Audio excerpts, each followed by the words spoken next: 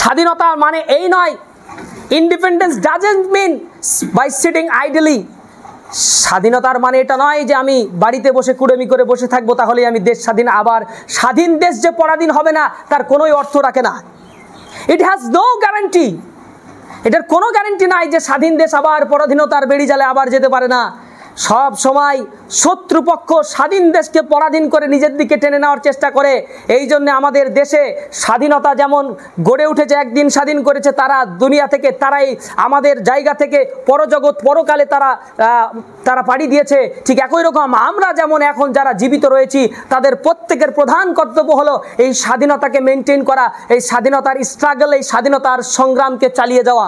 এই স্বাধীনতার সংগ্রাম যদি আমরা পরিচালনা না করতে পারি, আর এই স্বাধীনতার সংগ্রাম পরিচালনা করতে গেলে আমাদের দেশের শিক্ষাগত জায়গার পরিবর্তন করতে হবে। শিক্ষাগত জায়গার পরিবর্তন না হওয়ার কারণে আমরা আজকে স্বাধীনতার মূল্য বুঝি না। স্বাধীনতার কাকে বলেছে, কোন স্বাধীনতা তুমি পেয়েছো যেই স্বাধীনতার কারণে একজন মহিলা রাস্তা দিয়ে সুহালে সুঅবস্থায় তারা বাড়ি থেকে কলেজ যেতে পারে না, কলেজ থেকে বাড়ি আসতে পারে না। এইখান থেকে আমরা স্বাধীনতা হারিয়ে ফেলেছি। আমাদের স্বাধীনতা রাস্তায় ছিনতাই চুরি, আমাদের স্বাধীনতায় বহুত কিছু সাম্প্রদায়িকতায় বেড়ি জালে আমরা এখনো পড়ে আছি। অথচ আমরা সেই স্বাধীনতা, একটা স্বাধীনতাই নিয়ে পড়ে আছি। আমাদের প্রত্যেকটা step by step we won freedom, প্রত্যেকটা জায়গায় আমাদের স্বাধীনতা চাই। তাই স্বাধীনতা অর্জন করতে গেলে বলবো শিক্ষা একটাই রাস্তা, শিক্ষাই হচ্ছে মূল উৎস এই স্বাধীনতার অগ্রগতি নিয়ে যাওয়া, এই স্বাধীনতার পথকে আরো এগিয়ে নিয়ে যাওয়ার জন্য শিক্ষা আমাদের মূল জায়গা স্থান অধিকার করে আছে। এই জন্য শিক্ষা আমাদেরকে অর্জন করতে হবে। শিক্ষা ব্যতীত কোনোদিন মানুষ শান্তিতে থাকতে পারে না। শিক্ষা বাদ দিয়ে কোনো মানুষ এই দেশের পরিবর্তন করতে পারে না। শিক্ষার পরিবর্তনে যত শিক্ষার পরিবর্তন ঘটবে ততই আমাদের স্বাধীনতা বাড়বে। যত আমাদের অর্থনৈতিক পরিস্থিতি ভালো হবে তত আমাদের স্বাধীনতা বাড়বে, তত আমরা আমাদের দেশ নিয়ে আমরা সেফটি থাকতে পারবো, আমরা নিরাপদে থাকতে পারবো। এই ভারতবর্ষে আমরা জন্মগ্রহণ করেছি, এই ভারতবর্ষে আমরা এই ভারতবর্ষে আমাদের শেষ নিঃশ্বাস ত্যাগ করব। এটাই আমাদের সুচিন্তা, এটাই আমাদের চিন্তা ভাবনা। কোন দেশ আমাদেরকে বলবে যে তোমরা ভারতবর্ষ আমাদের সঙ্গে যুক্ত হয়ে যাও, সেই কথায় কান আমরা কখনোই দিতে পারবো না। তার জন্য অবশ্যই শিক্ষা জরুরি। শিক্ষা বাদ দিয়ে কোনোদিন এই কাজকে এগিয়ে নিয়ে যাওয়া যেতে পারে না। শিক্ষা মূল জায়গা এই ধরে আছে, এই জন্য শিক্ষা আমাদের জন্য জরুরি। তাই বলবো প্রত্যেকটা আমাদের মানুষ যেন বলতে পারে, এক সময় মানুষ বলেছে, এক সময়ের মানুষের দাবি আছে মুসলিমরা শিক্ষাগত জায়গায় পিছিয়ে আছে, আমরা এই দাবি শুনতে চাই না। এক সময় যারা ভিন্ন ধর্মমত পোষণকারী তারা বলেছে মুসলমানরা, আমাদের এই ধর্ম থেকে মুসলমানরা কি করেছে, শিক্ষাগত জায়গায় পিছিয়ে আছে। আর মুসলিমরা বলেছে আলেম উলামা মাওলানারা শিক্ষাগত জায়গা থেকে পিছিয়ে আছে। মুসলমানরা বলে আলেমরা অশিক্ষিত, আর অন্য ধর্মমত পোষণকারীরা বলে মুসলমানরা অশিক্ষিত। এই দুইটা জায়গা আমাদেরকে পরিবর্তন করতে হবে। আর এই দুই জায়গার পরিবর্তন করতে গেলে আমাদের সজাগ হতে হবে, শিক্ষার প্রতি অনুরাগী হতে হবে। এই শিক্ষা দিয়ে চলবে না। শিক্ষা কাকে বলে এপিজে আব্দুল কালাম আজাদকে জিজ্ঞেস করতে হবে, শিক্ষা কাকে বলে আপনি বলুন। APJ Abdul Kalam will answer to you, তোমাকে জবাব দিয়ে বলবে। শিক্ষা স্বপ্ন গড়তে হবে শিক্ষার জন্য। স্বপ্ন সেটা নয় যেটা মানুষ ঘুমিয়ে দেখে, স্বপ্ন সেটাই যেটা পূরণ করার প্রত্যাশা মানুষকে রাত্রে ঘুমাতে দেয় না। এটাই হলো সেই স্বপ্ন। আমরা তো স্বপ্ন দেখি ডাক্তার হব, মাস্টার হব, ইঞ্জিনিয়ার হব, অমুক হব, তমুক হব, কিন্তু আমাদের স্বপ্ন লালন পালন করার ক্ষমতা আমাদের মধ্যে নাই। স্বপ্ন লালন পালন করার ক্ষমতা আমাদেরকে গড়তে হবে। একটা টিপস দেব শিক্ষায় নিজেকে বড় করে যাওয়ার জন্য। লাস্ট কথা এখান থেকে বলে ইতি করছি, ছাত্রদের জন্য লাস্ট একটা গুরুত্বপূর্ণ কথা আমি বলতে চাইবো। প্রত্যেকটা ছাত্র স্কুলের বই কারোর 6টা থাকে, কারোর 8টা থাকে, সাবজেক্ট থাকে। এই স্কুলের সাবজেক্টের মধ্যে সবাই কিন্তু সব সাবজেক্টে ভালো হয় না। সবাই কি সব সাবজেক্টে ভালো হয়? সবাই সব সাবজেক্টে ভালো হয় না। কেউ অঙ্কে ভালো হয়, কেউ ইতিহাসে ভালো হয়, কেউ বাংলায় ভালো হয়। তবে ভালো না হওয়ার মানে এই নয় যে আমি অন্যগুলো খারাপ। একটু বুঝিয়ে বলি, কেউ ইতিহাসে ভালো, কেউ বাংলায় ভালো, কেউ ইংরেজিতে ভালো। যেই বিষয়ে ভালো আমাদের শিক্ষক মণ্ডলীদের তাদেরকে মূল্যায়ন সেই দিক থেকে করার দরকার আছে। প্রত্যেকটা শিক্ষক মণ্ডলীরা তারা মূল্যায়ন করবে তোমার কোন সাবজেক্ট সব থেকে বেশি ভালো এবং কোন সাবজেক্টের বেশি সময় দাও এবং বেশি বুঝতে পারো। কেউ বলছে আমি ইংরেজি বুঝতে পারি, কেউ বলছে আমি বাংলা বুঝতে পারি।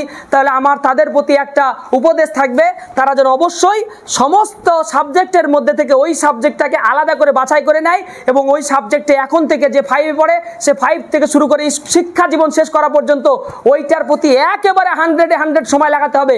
আর বাকিগুলো ভালো করতে হবে। কেমন? যেমন আমার 6টা সাবজেক্ট আছে, বাংলা, ইংরেজি, ইতিহাস, ভূগোল। এখন আমি ইংরেজিতে ভালো, তাহলে আমার উচিত হবে বাংলা, ইতিহাস, অঙ্ক সবগুলোকে গুড রাখা, গুড পজিটিভ। আমরা যদি ডিগ্রিতে যাই, good, better, best, good, better, best. এখন যদি আমি ইংরেজি আমার ভালো লাগে, তাহলে ইংরেজিতে আমাকে বেস্ট করতে হবে, কিছু করার নাই। এই ইংরেজিতে 100-এ 100 নাম্বার, ইংরেজি বলা, ইংরেজি লেখা, স্পেলিং, বানান, সমস্ত বিষয়ে এক্সপার্ট হতে হবে। এটা হচ্ছে, আমি যেহেতু আমি ইংরেজি স্পেশালিস্ট, আমি বাংলা স্পেশালিস্ট, মানে বাংলায় গ্রামার, বাংলার সব কিছু, বাংলার বানান, বাংলার কবিতা, বাংলার শব্দার্থ, সমস্ত জিনিসের প্রতি আমাকে অভিজ্ঞ হতে হবে, কারণ আমি বাংলায় ভালো। আর বাকিগুলো কি করতে হবে? খারাপ হতে হবে, বাকিগুলো ভালো হতে হবে। এখন ভালোর আবার দুটো, বাংলাতে ভালো, উত্তম, সর্বোত্তম, 3টে ভাগ, ভালো, উত্তম, সর্বোত্তম। আমরা যদি পারি তাহলে একটা সাবজেক্টে সর্বোত্তম হব, একটা সাবজেক্টে সর্বোত্তম হব, আর আর বাকি সাবজেক্টগুলো পারলে উত্তম হব, অর্থাৎ বেটার হব। কি হব? বেটার হব। বাকি সাবজেক্টগুলো সব কি হব? বেটার হব। আর একটাতে বেস্ট হব। অনেকে মনে করেছে আমি অল সাবজেক্টে একদম এমন রেজাল্ট করে দেখাবো না। হ্যাঁ, ওই সমস্ত ছাত্রগুলো মিডিয়াম হয়। সব ছাত্র বলে অল সাবজেক্টে একদম এমন রেজাল্ট করবো, এমন জ্ঞান অর্জন করব যে এরকম জ্ঞান অর্জন আর কেউ করতে পারবে না। এই চিন্তা ভাবনা নিয়ে মাধ্যমিক পাস করলাম, উচ্চ মাধ্যমিক করলাম, দেখা যাচ্ছে আমার পজিশনটা মিডিয়াম পজিশনে থেকে গেল। মানে আমি ছাত্র ভালো হলাম, কিন্তু মিডিয়াম ছাত্র না। আমি পিছনেও কোনো কাজ পাচ্ছি না, সরকারি কাজ পাচ্ছি না, বেসরকারি কাজ। মিডিয়ামদের খুব একটা কাজ হয় না, হলে একদম স্পেশাল হতে হবে। এই জন্যে আমাকে চেষ্টা করতে হবে একটা বিষয়ে খুব ভালো জ্ঞান অর্জন করতে গিয়ে বাকিগুলো যদি একটু কমই হয়, কমি মানে বেটার করা, কমি মানে গুড পর্যন্ত থাকা, গুডের নিচে যেন না নেমে যায়। অল সাবজেক্টে গুড হতে হবে, আর বাকি একটা সাবজেক্টে আমাকে বেস্ট হতে হবে। এইটা যদি কেউ ধরে রাখতে পারে নিজের জীবনে, আমি বলছি তার জীবন সফল হবেই হবে, হবেই হবে, গ্যারেন্টি হবে, নিশ্চিত। কেউ একটা সাবজেক্টে বেস্ট অথচ সে কোনো কাজ পাচ্ছে না, হতেই পারে না। এটা কোনো মিশন চাইবে, কোনো প্রতিষ্ঠান চাইবে, কোনো কোম্পানি চাইবে, কোনো বড় বড় কাজ তোমাকে চাইবে, কিছু না হলেও নিজে শিক্ষক হয়ে টিচিং ইজ দ্য বেস্ট পলিসির উপর দাঁড়িয়ে থেকে আমি বহুত কিছু আমার জীবনটাকে সচ্ছলভাবে আমার জীবন পরিচালনা করতে পারবো, একটা সাবজেক্টে যদি আমি বেস্ট হই। কিন্তু সব সাবজেক্টে বেস্ট হতে গিয়ে কোনো সাবজেক্টেই গুড পর্যন্ত হতে পারলাম না, তাহলে কিন্তু বেকার হয়ে যাবে।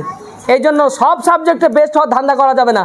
একটা সাবজেক্টে বেস্ট, বাকি সাবজেক্টে বেটার। আমি আর লম্বা কথা বলবো না। শিক্ষা যতগত জায়গা নিয়ে কিছু কথা এবং আমাদের স্বাধীনতা নিয়ে স্বল্প কিছু কথা বলে আমার এই আলোচনাটি এখান থেকে ব্যক্ত করছি। সকল ছাত্রদের কাছে আমার আবেদন রইল, তার আমাদের ছেলেরা আমাদের ভবিষ্যৎ, আগামীতে তাদের কাছ থেকে যেন আমরা এতটুকু প্রয়াস করতে পারি, এতটুকু আশা আমরা যেন রাখতে পারি, আশাবাদী হতে পারি যে তারা আমাদের কাছ থেকে পড়াশোনা করে আজকে তারা বিভিন্ন সেক্টরে তারা দামি দামি জায়গায় কাজ করছে। এতটুকুই আমাদের জন্য প্রেরণা, আর কিছুই দরকার নাই। আমরা যেখান থেকে কথা বলছি এটা একটা coaching centre, success coaching centre. অল্প সময়ের মধ্যে এই কোচিং সেন্টারটি আমাদের এখানে গঠিত হয়েছে। অল্প স্বল্প কিছু ছাত্র নিয়ে আমরা এই কাজ শুরু করেছি। আশা করি এই কাজটা, আমি এখানে খণ্ডকালীন, I am a part timer teacher. এছাড়াও এখানে অনেকে আছে কন্টিনিউ, যারা পার্মানেন্ট হিসেবে কাজ করছে, অনেক লম্বা সময় রেগুলারলি ক্লাস করে থাকে। আমি এখানে পার্ট টাইমার হিসেবে ইংরেজি ক্লাসটা, স্পোকেন ইংলিশের ক্লাস নিয়ে থাকি।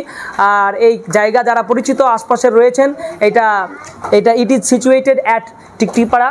এটা টিকটিপাড়া একটা জায়গায় অবস্থিত। আপনারা যারা খোঁজ নেবেন এই জায়গা থেকে পড়াশোনা করাবেন, অবশ্যই সেখানে অভিজ্ঞ শিক্ষক মণ্ডলী কর্তৃক এই শিক্ষা পরিচালনা করা হচ্ছে, এই আশা রেখে আপনাদের সকলকে আজকের এই ছোট্ট আলোচনাটিকে এখান থেকে ইতি করলাম। আসসালামু আলাইকুম ওয়া রাহমাতুল্লাহি ওয়া বারাকাতুহু।